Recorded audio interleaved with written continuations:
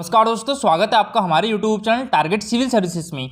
तो आज है 30 अक्टूबर और मध्य प्रदेश के डेली करंट अफेयर में आज हम पढ़ेंगे 30 अक्टूबर के करंट अफेयर। और दोस्तों इसने भी मध्य प्रदेश के करंट अफेयर है तो उनसे रिलेटेड जितने भी स्टैटिक जीके है तो उसको भी हम कवर करेंगे। ठीक है, तो लेक्चर ध्यान से देखिएगा। और दोस्तों इसने वीडियो को लाइक नहीं किया है तो लाइक और शेयर जरूर कर दीजिए। अगर आप इस चैनल पर नए हो तो सब्सक्राइब भी कर लीजिए। चलिए अब हम डेज का रिवीजन कर लेते हैं। तो 1 अक्टूबर को मनाया था विश्व शाकाहारी दिवस, 2 अक्टूबर को विश्व अहिंसा दिवस, 4 अक्टूबर को विश्व पशु कल्याण दिवस, 5 अक्टूबर को विश्व शिक्षक दिवस।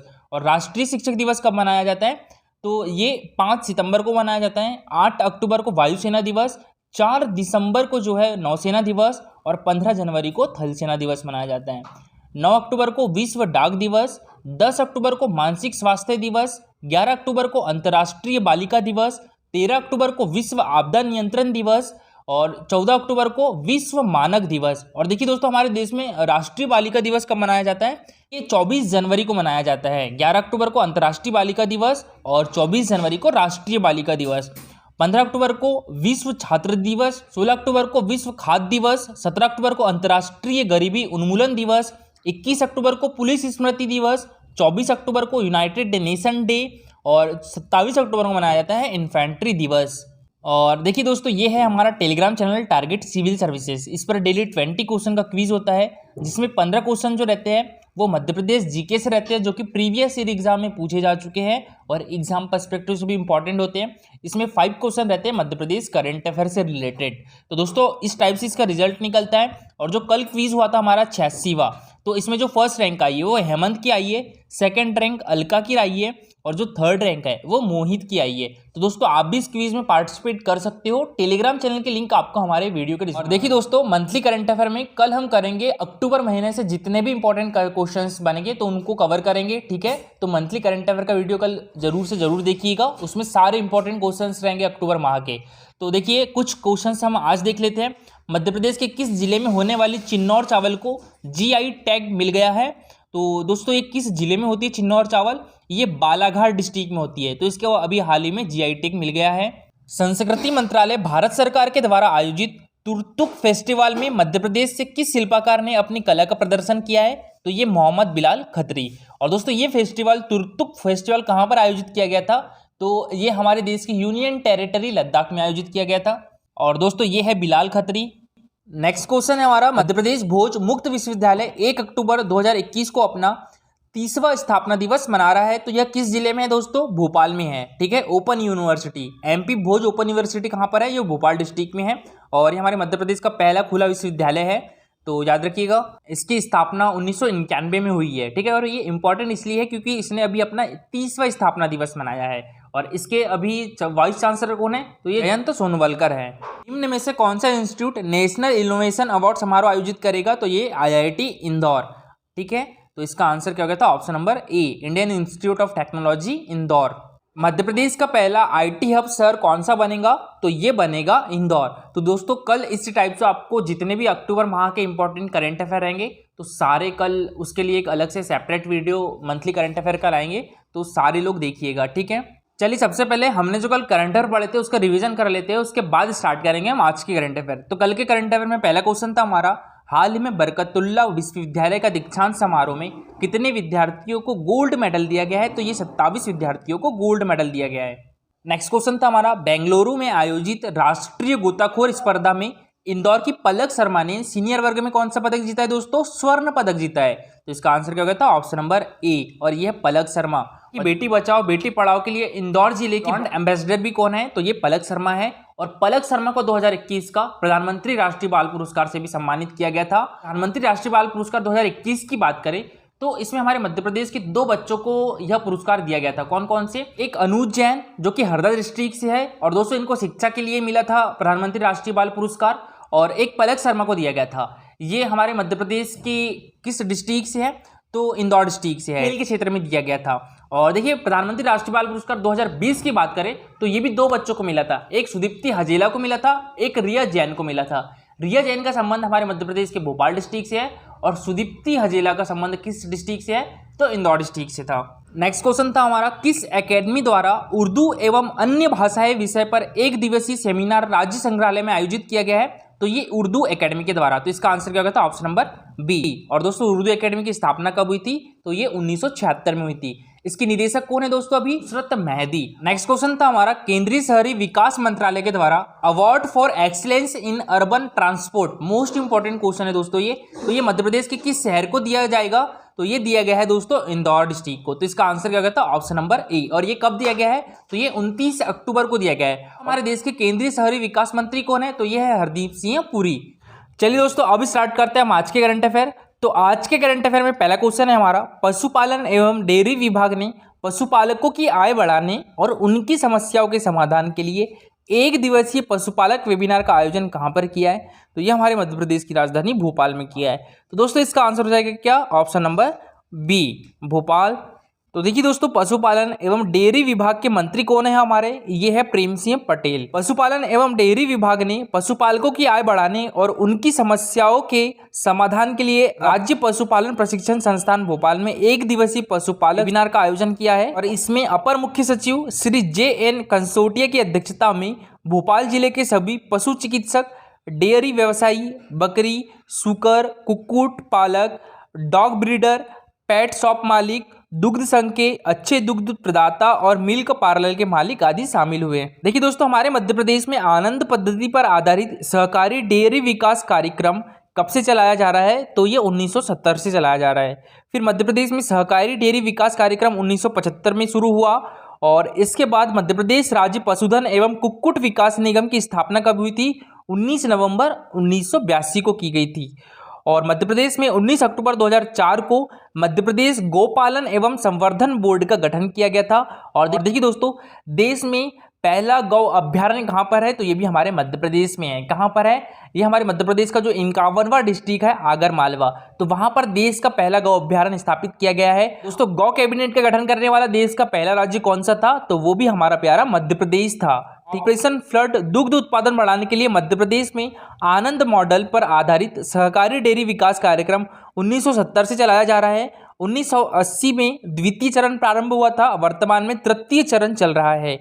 और मध्य प्रदेश में गौवंश के संरक्षण हेतु 1995 में गौ सेवा आयोग बनाया गया एवं गौ सेवा आयोग स्थापित किया गया। और दोस्तों राष्ट्रीय गौबेस वंशी पशु प्रजनन परियोजना मध्य प्रदेश में 1999 से क्रियान्वित है। क्वेश्चन है हमारा, उच्च शिक्षा मंत्री डॉक्टर मोहन यादव ने हमारे मध्य प्रदेश के कितने शासकीय अग्रणी महाविद्यालयों को आदर्श महाविद्यालय के रूप में विकसित किए जाने की घोषणा की है दोस्तों? तो ये पूरे 52 डिस्ट्रिक्ट के, हर एक डिस्ट्रिक्ट में एक आदर्श महाविद्यालय खुलेगा। ठीक है, तो इसका आंसर क्या हो जाएगा? Option number D, 52। देखिए हमारे मध्य प्रदेश के उच्च शिक्षा मंत्री कौन है दोस्तों? डॉक्टर मोहन यादव है। स्कूल शिक्षा मंत्री कौन है?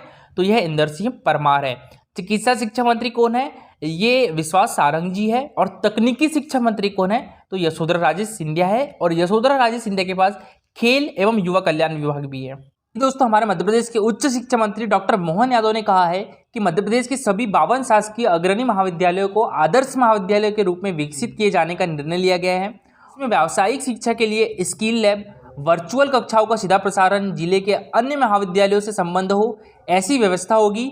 आदर्श महाविद्यालयों में स्मार्ट क्लासरूम के माध्यम से अध्ययन व्यवस्था, ई लाइब्रेरी, 100% वाईफाई कैंपस, सोलर संयंत्र युक्त ग्रीन कैंपस, CCTV युक्त परिसर आदि की व्यवस्था होगी। और उच्च शिक्षा मंत्री डॉक्टर मोहन यादव ने बताया है कि आदर्श महाविद्यालयों की स्थापना का मुख्य उद्देश्य राष्ट्रीय शिक्षा नीति 2020। देखिए दोस्तों, हम बात करें राष्ट्रीय शिक्षा नीति 2020 लागू करने वाला देश का पहला राज्य कौन सा है? तो वो कर्नाटका है। लेकिन उच्च शिक्षा विभाग में राष्ट्रीय शिक्षा नीति 2020 लागू करने वाला कौन सा राज्य है? तो वो हमारा मध्य प्रदेश है। ठीक है, तो इसके परिप्रेक्ष्य में जिलेवार विशेषताओं के आधार पर व्यावसायिक शिक्षा के लिए प्रशिक्षण केंद्र विकसित करना है। देखिए बात करें साक्षरता की, 2011 की जनगणना के अनुसार हमारे मध्य प्रदेश की साक्षरता दर कितनी है? 69.3% है। इसमें पुरुष साक्षरता दर कितनी है? 78.7% है। और महिला साक्षरता दर कितनी है? 59.2% है। और दोस्तों सर्वाधिक साक्षरता प्रतिशत वाला जिला कौन सा है हमारे मध्य प्रदेश का? जबलपुर डिस्ट्रिक्ट है। ठीक है, और न्यूनतम साक्षरता वाला जिला कौन सा है? अलीराजपुर डिस्ट्रिक्ट है। सर्वाधिक पुरुष साक्षरता वाला जिला कौन सा है? जबलपुर डिस्ट्रिक्ट है। और न्यूनतम पुरुष साक्षरता वाला जिला कौन सा है? तो वो भी अलीराजपुर डिस्ट्रिक्ट है। सर्वाधिक महिला साक्षरता वाला जिला कौन सा है? तो ये भोपाल डिस्ट्रिक्ट है। और न्यूनतम महिला साक्षरता वाला जिला कौन सा है? तो ये भी अलीराजपुर डिस्ट्रिक्ट है। और मध्य प्रदेश का प्रथम केंद्रीय विश्वविद्यालय डॉक्टर हरि सिंह गौर विश्वविद्यालय कहाँ पर है ये स्थित? सागर में। दोस्तों इसकी स्थापना कब हुई थी? 1946 को हुई थी। मध्य प्रदेश का प्रथम चिकित्सा महाविद्यालय गजरा राजीव चिकित्सालय महाविद्यालय है और ये कहाँ पर है दोस्तों? ये ग्वालियर डिस्ट्रिक्ट में इसकी स्थापना भी 1946 में हुई थी। मध्य प्रदेश का प्रथम इंजीनियरिंग महाविद्यालय कहाँ पर है? ये जबलपुर में है और वो कौन सा है? जबलपुर इंजीनियरिंग महाविद्यालय। इसकी स्थापना 1947 में की गई थी। मध्य प्रदेश का प्रथम दंत चिकित्सा महाविद्यालय कहाँ पर है दोस्तों? इंदौर में है। इसकी स्थापना 1961 में की गई थी। मध्य प्रदेश का प्रथम कृषि महाविद्यालय जवाहरलाल नेहरू कृषि विश्वविद्यालय जबलपुर में है। इसकी स्थापना 1964 में की गई थी। मध्य प्रदेश का प्रथम हिंदी विश्वविद्यालय अटल बिहारी वाजपेयी हिंदी विश्वविद्यालय है। इसकी स्थापना दोस्तों 2011 में की गई थी और इसका जो उद्घाटन है वो किसके द्वारा किया गया था? हमारे देश के पूर्व राष्ट्रपति प्रणब मुखर्जी ने 2013 में किया गया था। ये कहाँ पर है दोस्तों? भोपाल डिस्ट्रिक्ट में है। जो डॉक्टर हरीश सिंह गौर विश्वविद्यालय है, ठीक है, इसको सेंट्रल यूनिवर्सिटी कब बनाया गया था? ये 2008 में बनाया गया था। ठीक है, पहले इसका नाम सागर यूनिवर्सिटी था। 1983 में इसका नाम डॉक्टर हरीश सिंह गौर विश्वविद्यालय कर दिया गया था और 2008 में इसको सेंट्रल यूनिवर्सिटी। मध्य प्रदेश शिक्षा मंडल अधिनियम 1965, इसका मुख्यालय कहाँ पर है? इसका मुख्यालय है हमारे मध्य प्रदेश की राजधानी भोपाल में। राजीव गांधी प्राथमिक शिक्षा मिशन 1994 से स्थापित एक पंजीकृत शासी संस्था है और 1982 में राज्य शैक्षणिक अनुसंधान एवं प्रशिक्षण परिषद की स्थापना हुई थी। एशिया का प्रथम physical college Laxmibai physical college Gwalior में स्थापित है और मध्य प्रदेश के अमरकंटक में आदिवासियों पर शोध के लिए इंदिरा गांधी राष्ट्रीय आदिवासी विश्वविद्यालय खोला गया था। इंदौर देश का एकमात्र ऐसा शहर है जहां पर IIT और IIM दोनों इंस्टीट्यूट है। राजा भोज मुक्त विश्वविद्यालय है। ये कहां पर है? तो ये हमारे मध्य प्रदेश की राजधानी भोपाल में है और अभी हाल ही में इसका 30वां स्थापना दिवस मनाया गया था 1 अक्टूबर 2021 को। इसकी स्थापना कब हुई थी दोस्तों? 1991 में हुई थी। कहाँ पर है? भोपाल में है। तो इसको यूनेस्को ने मेगा यूनिवर्सिटी का दर्जा दिया है। किसके द्वारा? यूनेस्को के द्वारा। मोस्ट इंपॉर्टेंट क्वेश्चन है, याद रखिएगा। UNDP और विश्व बैंक ने शिक्षा गारंटी योजना को विकास का कामयाब अंतर्राष्ट्रीय मॉडल माना है। नेक्स्ट क्वेश्चन है दोस्तों हमारा, हाल ही में डॉक्टर SN सुब्बा राव ये पद्मश्री से भी सम्मानित है दोस्तों। तो इनका 92 वर्ष की आयु में निधन हो गया है। इनको किस क्षेत्र का गांधी कहा जाता है? तो चंबल का गांधी कहा जाता है। तो इसका आंसर क्या हो जाएगा दोस्तों? ऑप्शन नंबर बी, चंबल का गांधी है डॉक्टर SN सुब्बा राव। तो देखिए, प्रख्यात गांधीवादी नेता और चंबल की धरती को डकैतों के आतंक से मुक्ति दिलाने वाले डॉक्टर SN सुब्बा राव का निधन हो गया है। डॉक्टर SN सुब्बा राव का पूरा जीवन समाज सेवा को समर्पित रहा है और डॉक्टर सुब्बा राव ने 14 अप्रैल 1972 को गांधी सेवा आश्रम जौरा में 654 डकैतों का समाजवादी नेता जयप्रकाश नारायण एवं उनकी पत्नी प्रभादेवी के सामने सामूहिक आत्मसमर्पण कराया था। इनमें से 450 डकैतों ने जौरा के आश्रम में जबकि 100 डकैतों ने राजस्थान के धौलापुर में गांधी जी की तस्वीर के सामने हथियार डालकर समर्पण किया था। और ग्वालियर चंबल संभाग में डॉक्टर सुब्बा राव साथियों के बीच भाईजी के नाम से प्रसिद्ध थे।